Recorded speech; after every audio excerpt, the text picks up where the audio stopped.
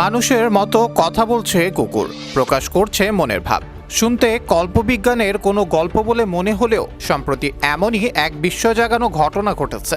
Net দুনিয়ায় viral হওয়া যে ভিডিওতে দেখা যায় যে সানি নামে কুকুরটি মানুষের মতো করে কথা বলার চেষ্টা করছে।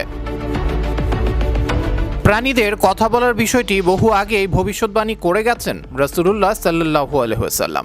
সম্প্রতি ঘটে যাওয়া একটি ঘটনা যেন সেই ভবিষ্যৎবাণীকে সত্য প্রমাণিত করেছে।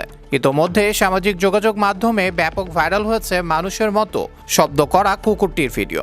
জানা যায় ঘেউ ঘেউ করার সময় কথা বলার মতো শব্দ করে ওই কুকুরটি। 9 বছর বয়সী ওই কুকুরের নাম সানি। ঘটনাটি ঘটেছে নেদারল্যান্ডসের বাণিজ্যিক রাজধানী আমস্টারডামে।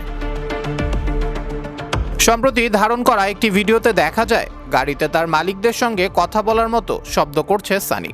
কুকুরটির মালিক মারিয়া জানান, কুকুরটি জন্মের পর স্বাভাবিক ছিল, কিন্তু তার বয়স 45 দিন হওয়ার পর থেকে মানুষের মতো এই অদ্ভুত শব্দ শুরু করে এবং এই কাজটি বেশি করে যখন আশপাশে লোকজন দেখে। অনেক সময় সানির এই শব্দ শুনে মানুষ বিভ্রান্ত হয়ে যায়।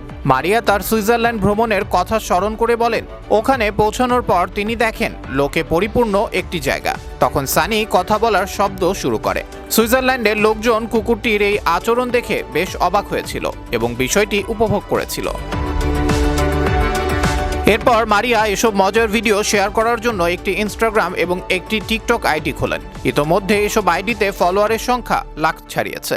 পৃথিবীর বয়স যত বাড়ছে মানুষ কিয়ামতের তত নিকটবর্তী হচ্ছে। রাসূলুল্লাহ সাল্লাল্লাহু আলাইহি সাল্লাম তার হাদিসের মাধ্যমে কিয়ামতের অনেক নিদর্শনের বর্ণনা দিয়েছেন।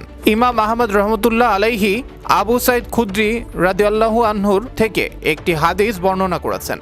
তিনি বলেন, জনৈক রাখাল মাঠে ছাগল চড়াচ্ছিল। হঠাৎ একটি নেকড়ে এসে একটি ছাগলের উপর আক্রমণ করলো। রাখাল বাঘের পেছনে ধাওয়া করে ছাগলটি ছিনিয়ে আনলো। তখন বাঘটি একটি টিলার উপর বসে বলতে লাগলো, তুমি কি আল্লাহকে ভয় করো না?